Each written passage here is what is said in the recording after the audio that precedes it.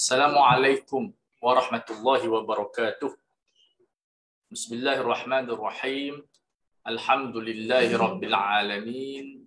Wassalatu wassalamu ala sayyidil mursalin wa imamil muttaqin wa ala alihi wa ashabihi ajma'in, amma ba'd. Alhamdulillah, terima kasih Ketua Guru kita Ustaz Al-Fadhil Ustaz Abdul Rashid. Seterusnya kepada warga Guru Takmir Zon Utara yang dirahmati Allah. Jadi pada hari ini kita sangat bersyukur kerana kita berkesempatan untuk membaca kitab At-Tamhid oleh Al-Imam Sayyid Jamaluddin Muhammad Abdul Rahim Ibn Hasan Al-Isnawi. Kitab ini sebenarnya tinggi sebenarnya dia mengajak di peringkat master. Tapi kita yakin Guru Takmir dah cukup layak untuk membaca kitab ini bersama-sama untuk membina aqliyah mufti dan mujtahid, al-bahith, al-faqih. Pembinaan ini penting kerana kitab ini memang disusun untuk melayakkan kita berfikir secara faqih. Ya, semua orang berfikir, tapi berfikir secara faqih ini tak semua orang boleh berfikir secara faqih. Dan perjalanan kita untuk berfikir secara faqih ini memerlukan kitab-kitab yang tertentu. Sekiranya kita tidak melalui kitab-kitab tersebut, untuk menjadikan kita faqih itu akan tersasar. Kerana tak semua kitab boleh menjadikan kita faqih. Walaupun maklumat ada. Kalau kita tahu mazhab 4, dia kena beza maklumat dengan ilmu. Ilmu adalah qawaid, adalah kitab, dalam manhaj. Ada pun maklumat kita boleh dapat daripada paper, daripada internet, daripada bukan buku muktamad, itu dia panggil maklumat. Jadi kebanyakan kita yang belajar sekarang ni adalah berteraskan kepada maklumat kerana dia tidak mampu untuk merujuk kitab-kitab muktamad dan dia tidak faham bagaimana nak merujuk kitab muktamad. Jadi selagi mana kita tidak ada keupayaan menguasai kitab-kitab muktamad dan metodologi ulama, kita masih di tahap musaqqaf, makna dia pengetahuan umum.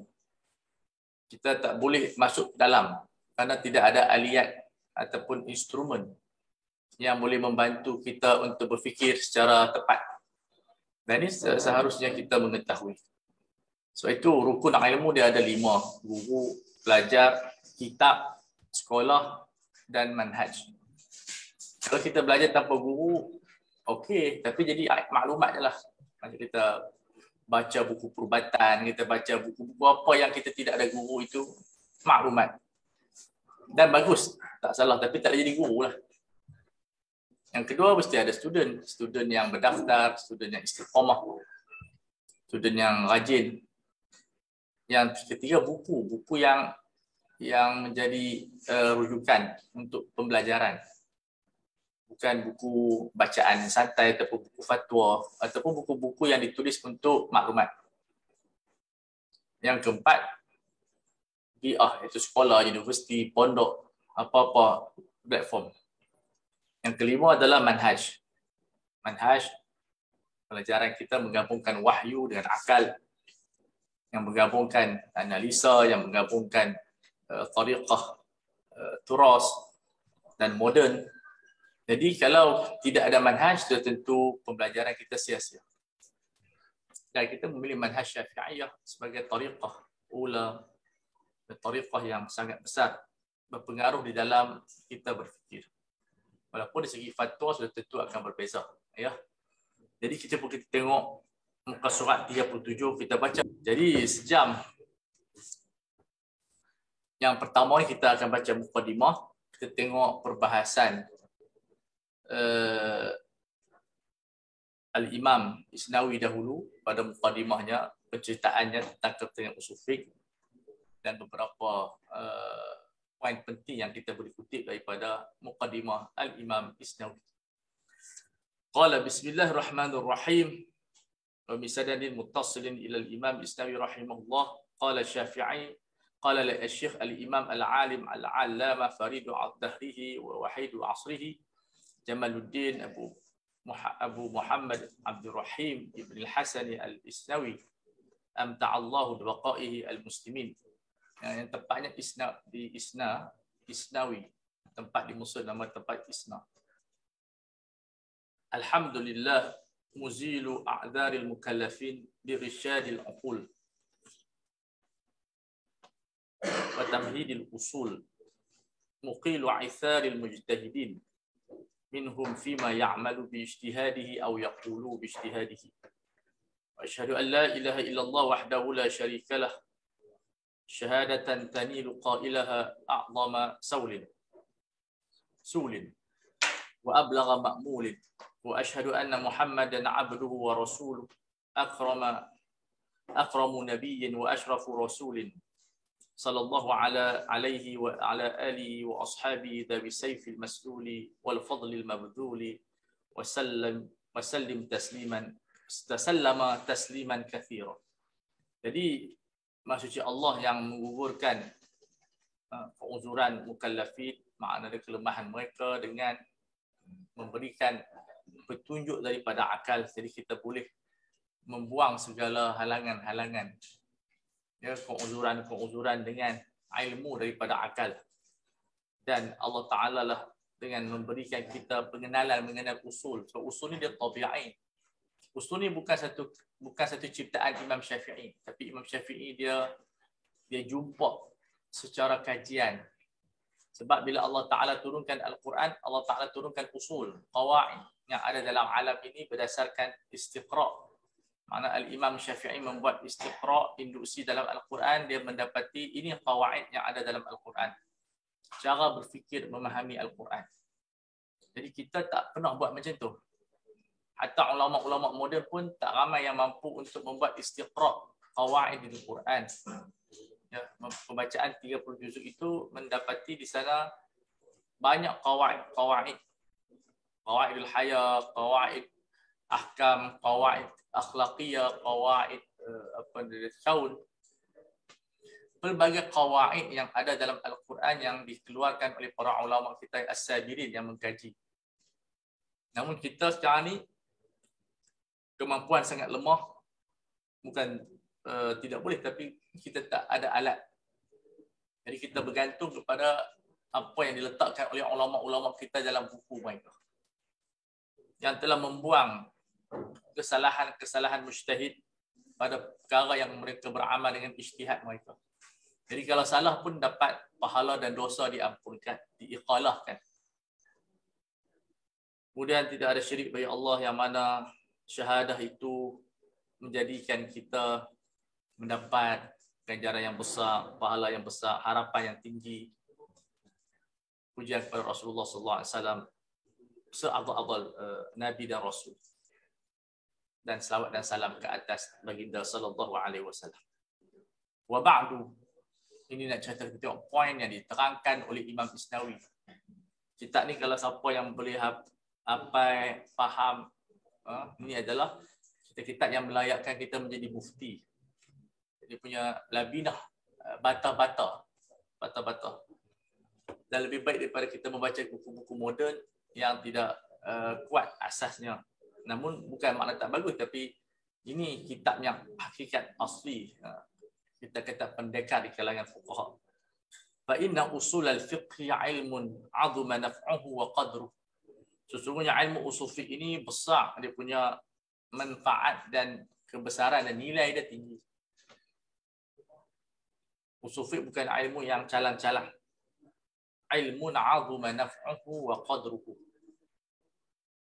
Wa 'ala syarafu wa fakhruhu. Kemuliaan dia tinggi, kebanggaan dia tinggi. Kerana dia membimbing kita berfikir secara sahih. Sekarang ni kita tanya diri kita, dulu kita fikir, kita guna apa? Apakah satu indikator, petunjuk kepada kita? Adakah kita pernah terfikir, saya dulu saya bagi jawapan fiqh, bagi jawapan, ada tak qawaid yang saya nampak pada jawapan saya? Ataupun kita hanya meletakkan secara umum satu zara'i, maslahah. Takkan jawapan kita hanya berlegar pada dua jawapan itu. Jadi ini tariqah yang tak betul.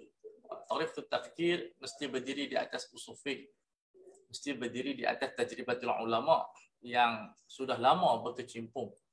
Jadi ini persoalan kita.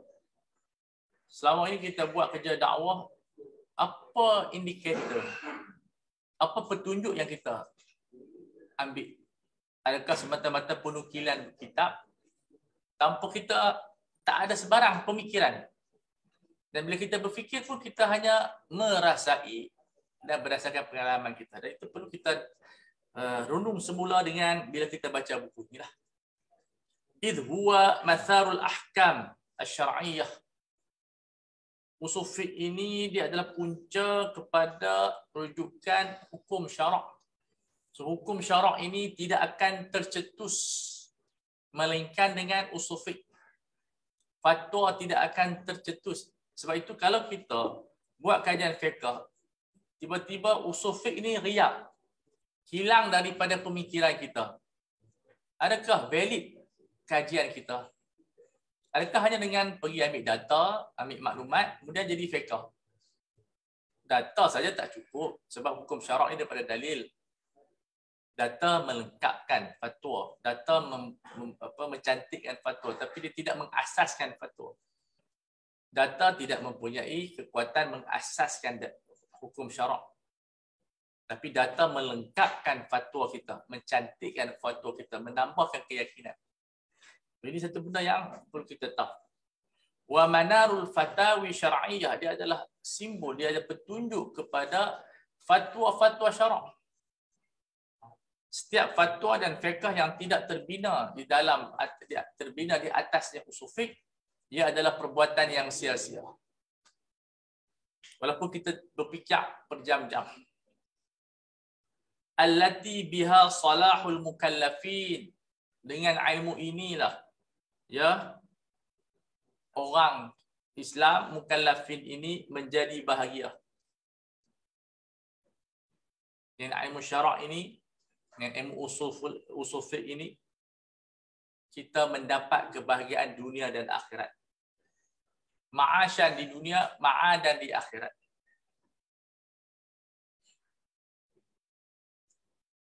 Thumma innahu, usul fiqh,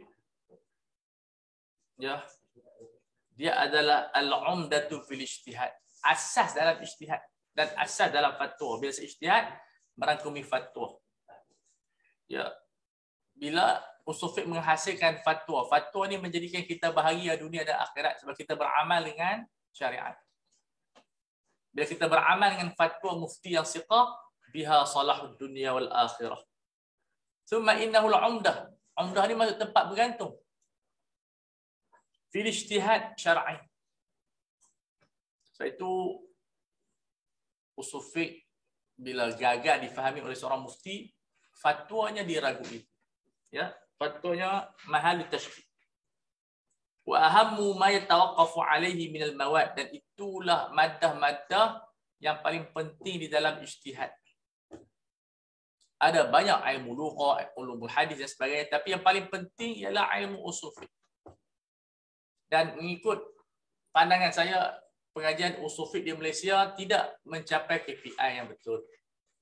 Sama ada di peringkat sekolah menengah atau di universiti, pengajian yang tidak mencapai pengajian yang melayakkan orang itu boleh menjadi faqih ataupun menjadi mufti ataupun menjadi mujtahid. Karena pembelajaran yang ringkas dan buku yang kurang kuat kualitinya menjadikan student tak berupaya berinteraksi dengan usul yang lebih mendalam. Ya. Qala kama nassa alaihi min al-ulama, seperti mana yang disebut oleh ulama kita, wa wasafahu bil a'immah fudala, dan yang disebut, yang diceritakan oleh a'immah kita yang hebat, seperti mana Imam Ar-Razi dia menyatakan waqad awdahu al-imam dalam kitab usul fiqh, maknanya al-Imam Ar-Razi. Ya, kalau dalam kitab fiqh Syafi'i maksudnya Imam Juwaini, Imamul Haramain. Kalau dalam usul fiqh maksudnya Fakhruddin Ar-Razi. Ya, okey. Qala amma ilmu kalami falaysa syartan fil ijtihadi li'adami irtibat bihi. Ilmu kalam yang kita belajar sifat 20 apa semua tu tak jadi syarat mujtahid. Cukup kita kenal Allah, cukuplah. Nampak tak? Yang kita soalan saya ditanya pada minggu lepas, pada bulan lepas, dan kita jawab berdasarkan kaedah ini. Ya. Sebab itu perlu kita ada asas, dan kita ada asas. Tapi kalau untuk orang yang nak mutabahir, silakan dia nak belajar ilmu kalam. Tapi hatta kepada mujtahid tak disyaratkan tahu ilmu kalam. Cukup dengan pengetahuan yang simple tentang ketuhanan. Qul huwallahu ahad, Allahus samad, lam yalid wa lam yulad wa lam yakul lahu kufuwan. Hatta tahiyat asma wa sifat tak perlu tahu. Cukup kita laisa kamitslihi syai'un wa huwas samiul basir. Simple lah untuk menjadikan Islam itu diterima. Qala wa kadzalika ilmu fiqh. Ilmu fiqh juga tak disyaratkan menjadi mujtahid, latihan fiqh. Cuma akhir zaman ni ulama mensyaratkan supaya ada latihan, supaya dia tahu juga mazhab. Sebab tu mutaakhir menambah pengetahuan mazhab kena ada untuk menjadi mujtahid selepas itu. Sebab kalau kita ada satu mazhab, kita belajar betul-betul, malakah fiqhiyah itu terbentuk dengan kita belajar mazhab. Kemudian kita, kalau siapa yang mampu terbang, dia akan terbang tinggilah. Tidak terikat dengan mazhab, makna dia boleh memilih pandangan yang ada dalam mazhab dan mentarjihnya. Itu bagi mereka yang Allah Ta'ala bagi kekuatan berfikir dan juga malakah.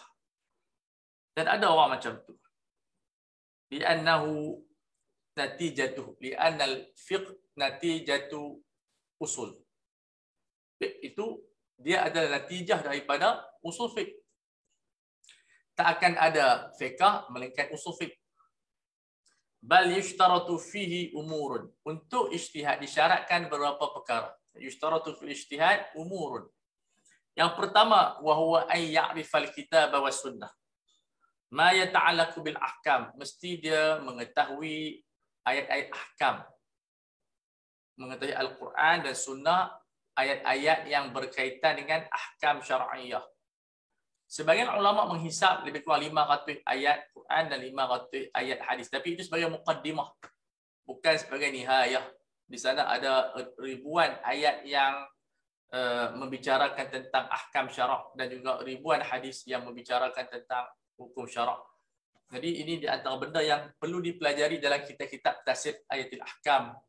Dan di antara yang terbaik dalam tafsir ahkam seperti tafsir Imam Ibn Arabi. Tafsir Imam Ibn Arabi, Ahkamul Quran, kemudian Al-Jassas, tafsir Jassas, kemudian itu kitab-kitab yang lama, yang besar tafsir Qurtubi lah. Yang muda kita ada Syekh As-Sabuni, Ali Sais, dan banyak tulisan-tulisan bersifat maudhu'i. Jadi pengajian sedemikian rupa perlu dipelajari oleh pelajar-pelajar syariah. Kemudian ada ahkam yang paling kecil itu Subulus Salam, kemudian kita Nailul Awtar, kemudian yang besar Fathul Bari dengan syarah Sahih Muslim oleh Al-Imam An-Nawawi rahimahullah. Jadi pembelajaran sedemikian menjadikan kita boleh membaca hadis dengan tepat. Kalau kita tak baca kitab-kitab seperti syarah Sahih Muslim, Fathul Bari, persoalannya macam mana kamu boleh tahu hukum hakam terhadap hadis tersebut? Apa flow dia, apa dasar dia? Dan kamu hidup tahu tu. Ini satu benda yang ajaib. Qala wa ya'rifu masail al-mujma'a 'alaiha. Dia mengetahui masalah-masalah ijma'. Sebab itu kita kena kumpul buku-buku ijma' dalam setiap bab. Mengetahui dalam sembahyang ada berapa bab yang membahaskan ijma'. Dalam puasa ada berapa bab yang membahaskan ijma'. Jadi setiap bab dan juga setiap fiqh tu dia ada ijma'. Dalam wudu apa mahal ijma'? Jadi bila ada ijma', dia menunjukkan kita tak perlu nak buat kajian terhadap isu tersebut. Kita hanya buat kajian terhadap isu yang khilaf dan juga isu baru. Itu skop kajian dan skop pemikiran kita. Qala wal mansukha minha, ayat-ayat yang dimansuhkan, hadis-hadis yang dimansuhkan tak banyak mana. Ayat Quran dikatakan 5 ayat, dulu 200 tapi penghujungnya tinggal 5 ayat. Hadis pun tak banyak mana. Wahali ruwah, dan wahal maknanya sifat. Sifat-sifat perawi. Hal dalam lughah kadang-kadang bermaksud sifat dan sifat pun masuk hal. So dia makna yang sama. Hal maksud sifat. Sifat-sifat perawi. adakah makbul ataupun mardud, adakah thiqah. So, semua benda-benda sedemikian rupa kena dikaji ni untuk menjadi mujtahid mutlak lah. Ya. Dan buku-bukunya banyak. Kita ada Tahdhib, kita ada Tahdhibut Tahdhib, kita ada Al-Kamil, kita ada Tarikh Bukhari, kita ada Siyar A'lamin Nubala. Banyak buku-buku yang kita boleh menelaah mengenai rijal. Ya. Dan di situlah kita melatih. Tapi macam mana pun kena berguru lah untuk latihan rijal dan sebagainya. Perlu ada syekh yang mutqin mengajar kita macam mana untuk mengenal seni yang luas ini. Li'anna al-jahla bi syai'in min hadhihi al-umur, kerana kejahilan terhadap semua perkara ini qad yuqi'u, banyak menyebabkan al-mujtahida yaqa'u fil khata'. Dia menyebabkan mujtahid ini terjebak di dalam kesalahan. So kita tengok sekarang ni, kita boleh cek minda kita. Bila kita bercakap tentang ahkam syariah, apa yang ada dalam minda kita? Adakah kosong ataupun ada tertib sedikit, adhan, ada syurut, ada arkan, ada sunnah, ya, kemudian pembagian sunnah, muakkadah, ghairu muakkadah.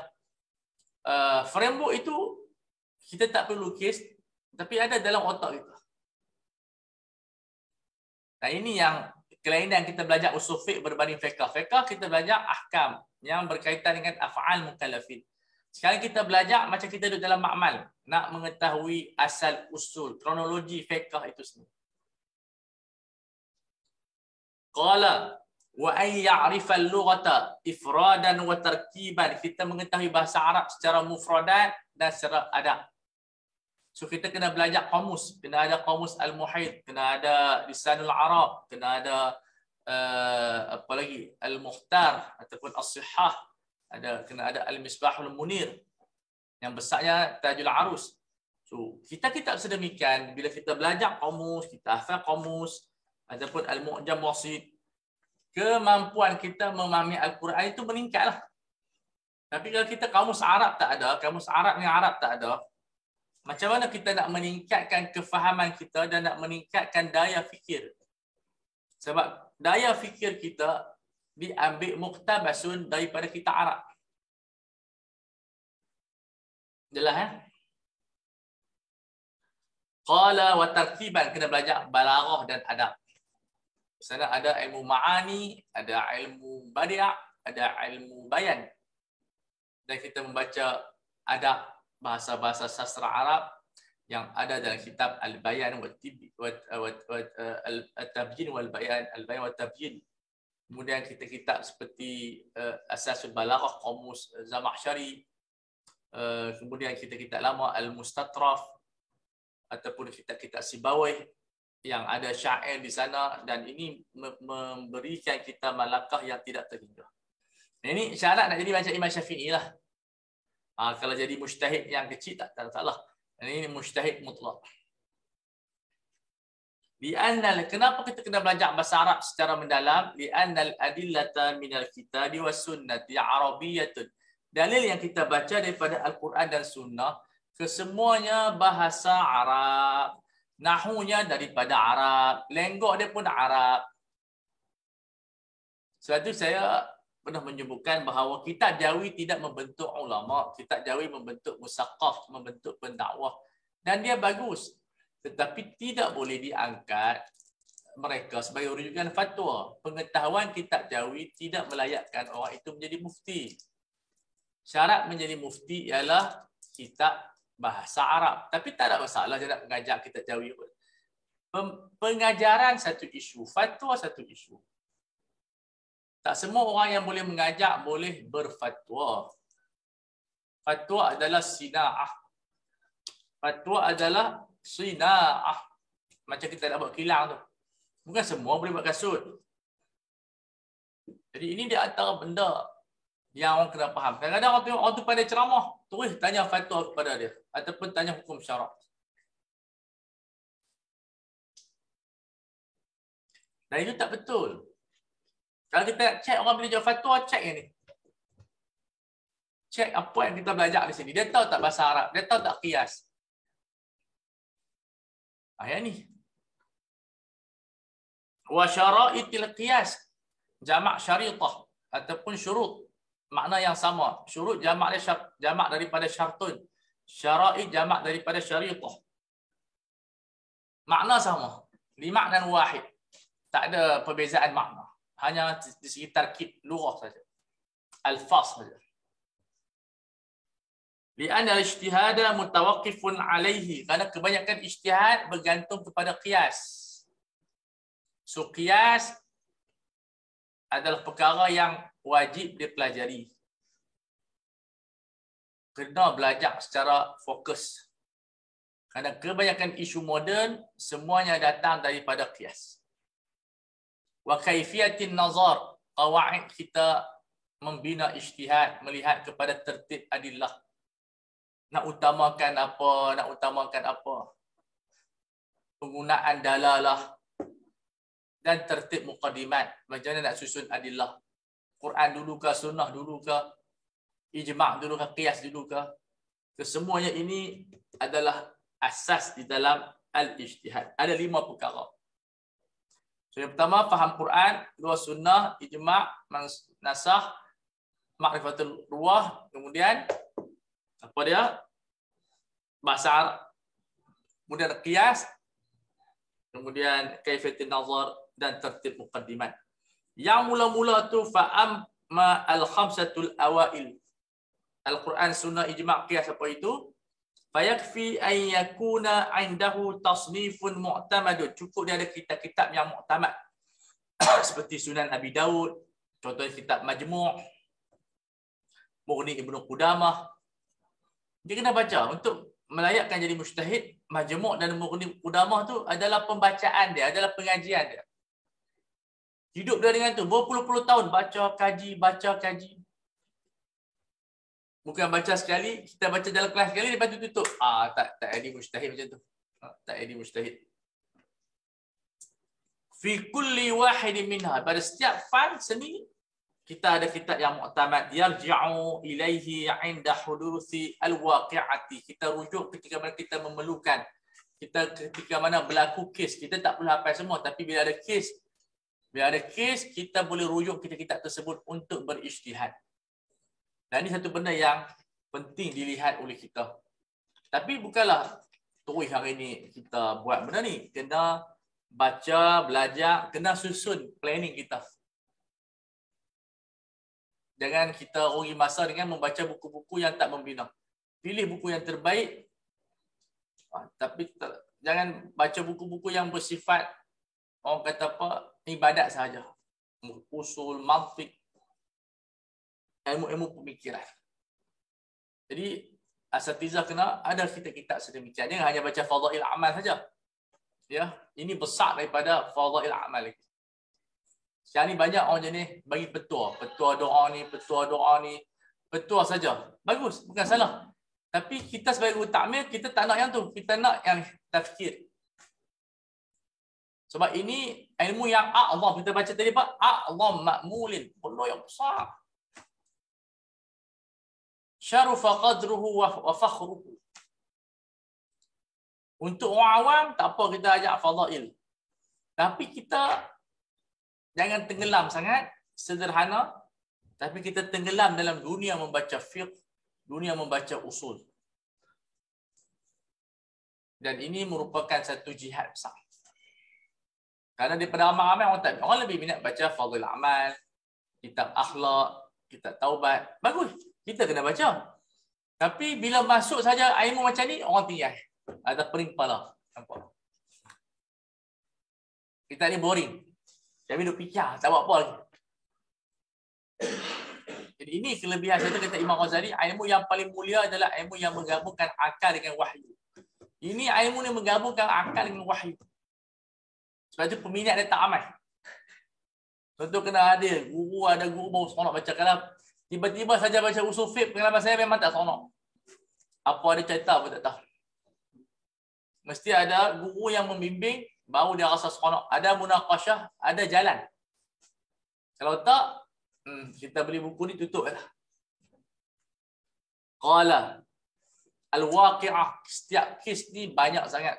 Ada kes politik, muamalat, ibadat, munakahat. So, setiap benda yang berlaku, kita akan rujuk kitab. Misalnya As-Sunanul Kubra, Majmu', kumpul hadis-hadis. Sampai kita nampak, oh inilah jawapannya. Ala kulli hal, kalau tak sampai peringkat itu pun kita tahu macam mana ulama berfikir. Itu pun target kita. Tak boleh berfikir cara ulama, tapi kita tahu macam mana ulama berfikir. Kita tahu cara nak rujuk. Itu dah jihad yang besar lah. Kerana bila kita jadi macam ni, kita tak akan ada ta'asub. Tak akan ta'asub pada siapa. Kita hanya menghormati, sayang. Jadi, walaupun dia sahabat kita, kita hormat dia. Tapi kita ada indi ra'yun, ana ufakkir bi'aqli, saya fikir dengan otak saya. Jadi masing-masing mampu untuk membuat penilaian dengan ikhlas dan seumpama dengan dia. Fa idza raja'a, bila dia buat muraja'ah, ada kes dzalika falam yajid fiha ghalaba ala dhanni nafy wujudihi hatta balagha ar-Rafi'i wa qala innahu yakfi fi ilmi sunnati an yakuna 'indahu sunanu Abi Dawud alladhi qalahu muttajihun. Jadi bila dia merujuk, dia tidak mendapati pada zannya penafian wujud. Maknanya mesti ada benda tersebut. Sampai Imam Rafi'i ini mujtahid dalam mazhab. Alim besar, ada kitab. Nama dia Fathul Aziz 24 jilid. Kitab itu, kata ulama, membina ijtihad, membina faqih mazhab. Tapi faqih mazhab, kalau kita di Malaysia pun tak ada. Mana suka kita nak cari faqih mazhab ni. Alim mazhab ada, tapi faqih mazhab ni dia mampu berijtihad. Pasal apa tak ada di Malaysia? Satu, tak ada madrasah yang macam tu. Universiti memang tak dapat sediakan. Pondok pun tak dapat sediakan. Jadi dia sediakan kepakaran. Pondok ada kepakaran, universiti ada kepakaran. Tapi tak mampu menjadikan seorang tu mujtahid. Sebab silibus pun dah kita tahu. Bila kita pergi masuk universiti, kita masuk pondok, silibus pun kita dah tahu dah. Berdasarkan silibus kita tahu dah terang mana kita boleh pergi.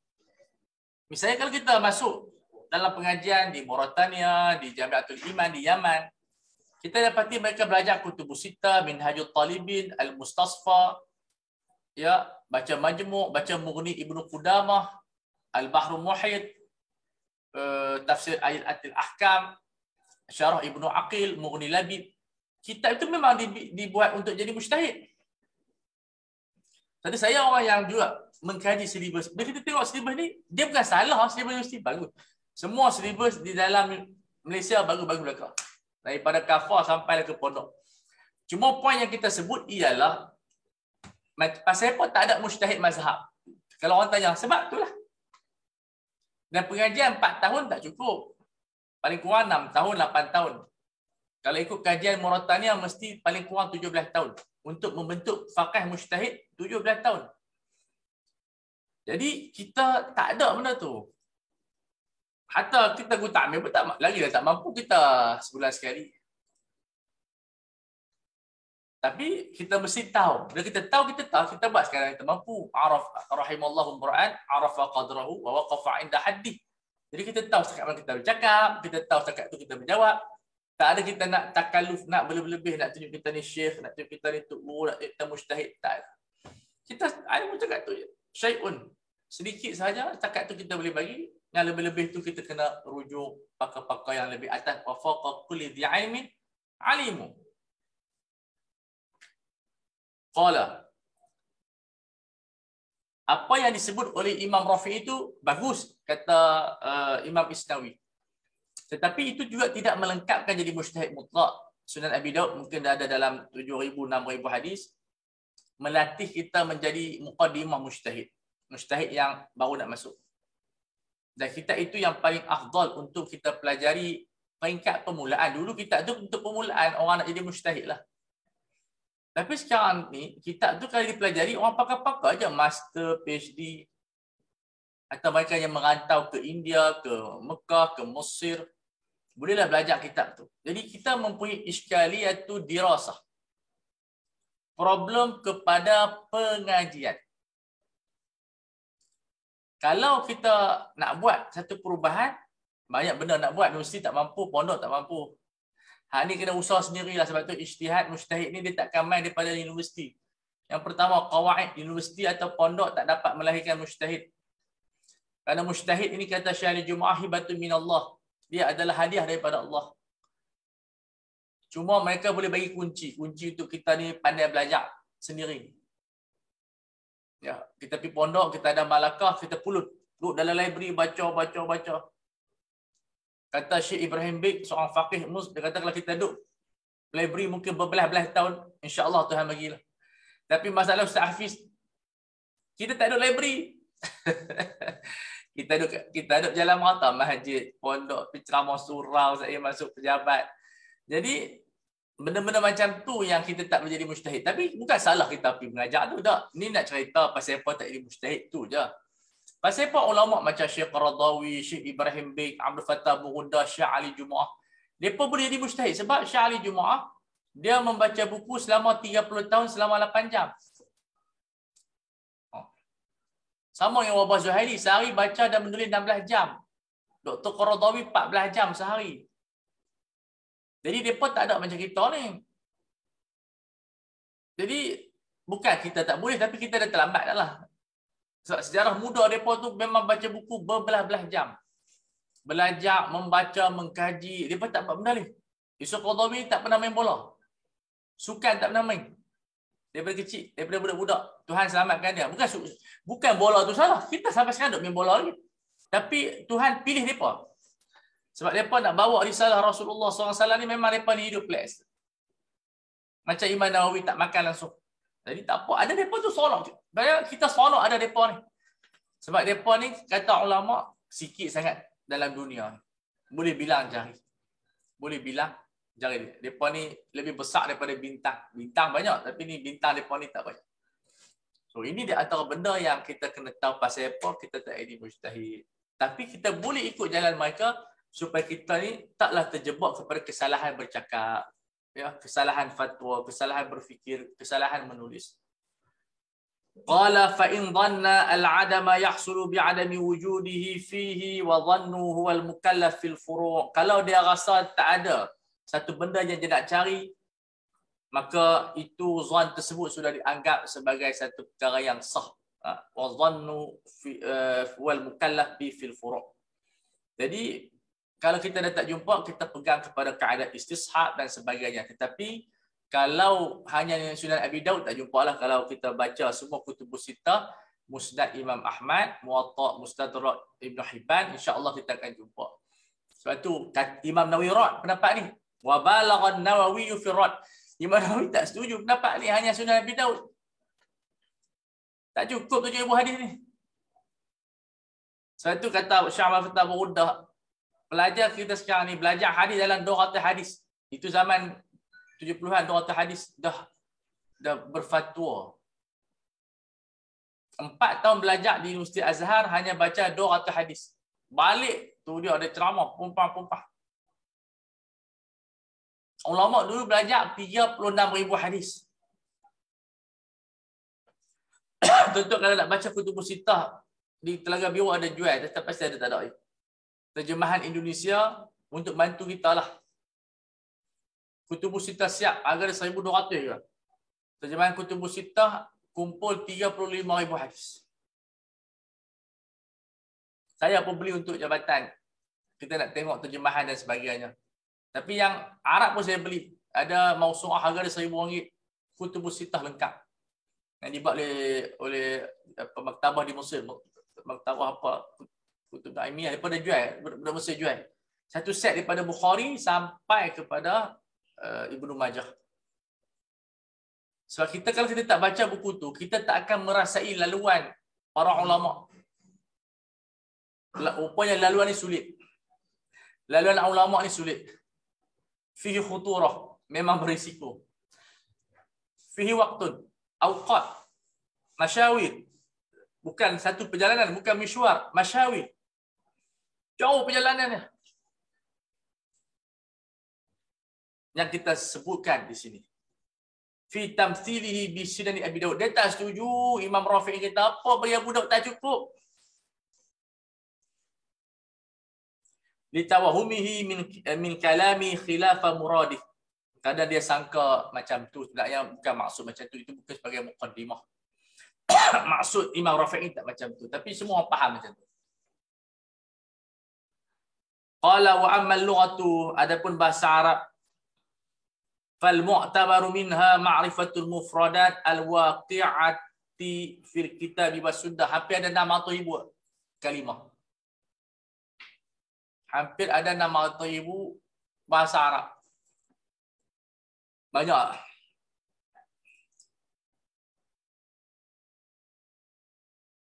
Kita kena tahu kalimah alhamdu, al-fahsya, al-munkar, al-ihsan, al-adl. Semua alfaz ada dalam otak kita.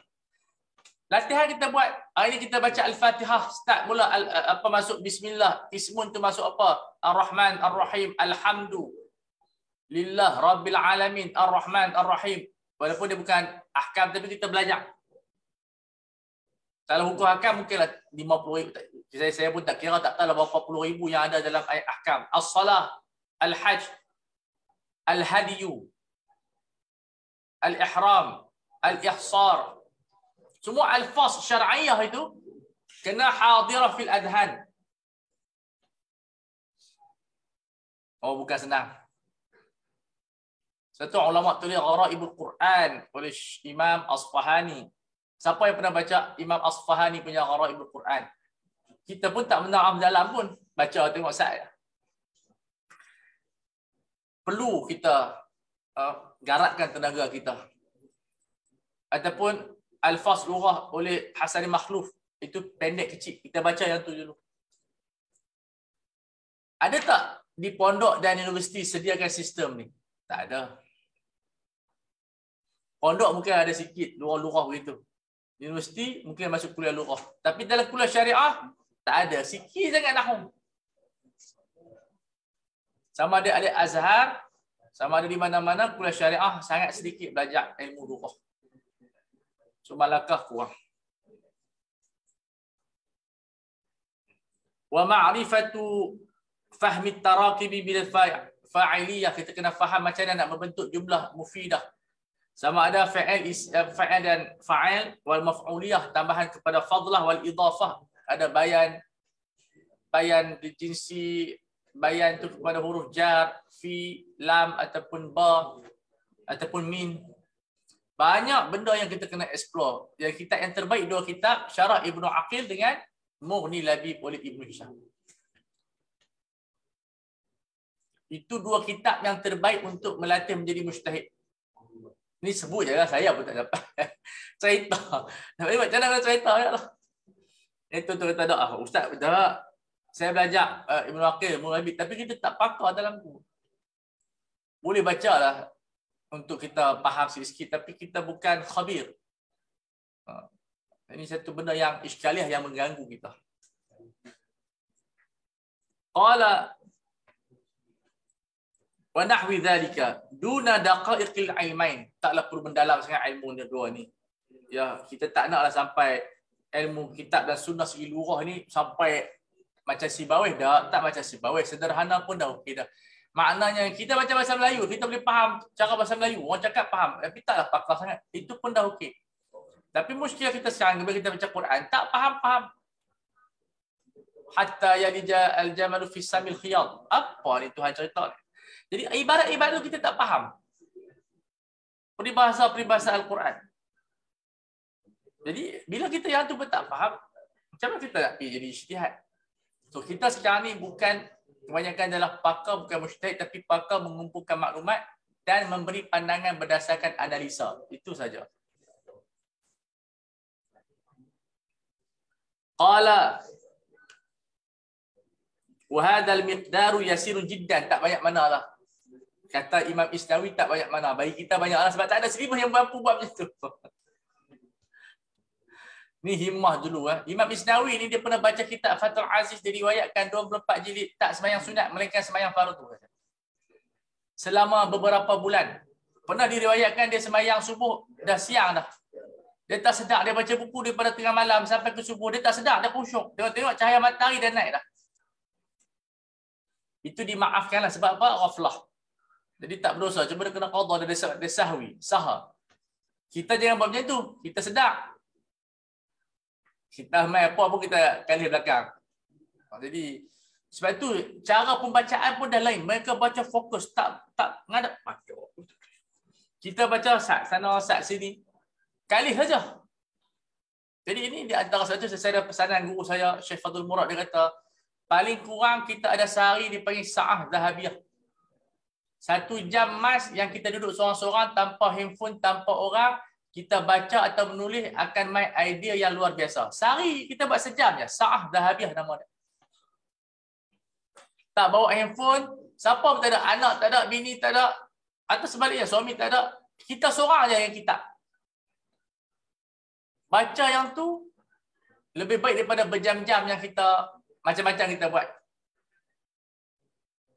Cuba try buat hari ini. Sa'ah zahabiyah. Cari satu waktu, di situlah kita menulis, di situ kita membaca. Tengok kualiti kita buat. Qala wa ma'a dzalika fashartuhu wal qudrah 'ala al-ittila'. Ditambah dengan syarat kemampuan untuk mengkaji. 'Ala al-ittila' 'alaihi 'inda al-ihtiyaji bihi, untuk merujuk buku-buku bahasa Arab. Subhanallah. La hifzihi, bukan hafal. Tahu. Lah hafal semua, mati kita. Wa tartibul muqaddimati aidan yasir. Penyusunan dalil pun mudah benda ni. Mudah bagi orang yang telah sampai, susah bagi orang yang baru nak belajar. Wallahu a'lam. Kita rehat dulu, lepas kita sambung wa amma syara'itul qiyas. Hari ni kita baca muqaddimah, tengok macam mana. Sebab kalau kita faham yang ni, baru kita tahu inilah ilmu syariah. InsyaAllah kita rehat dulu.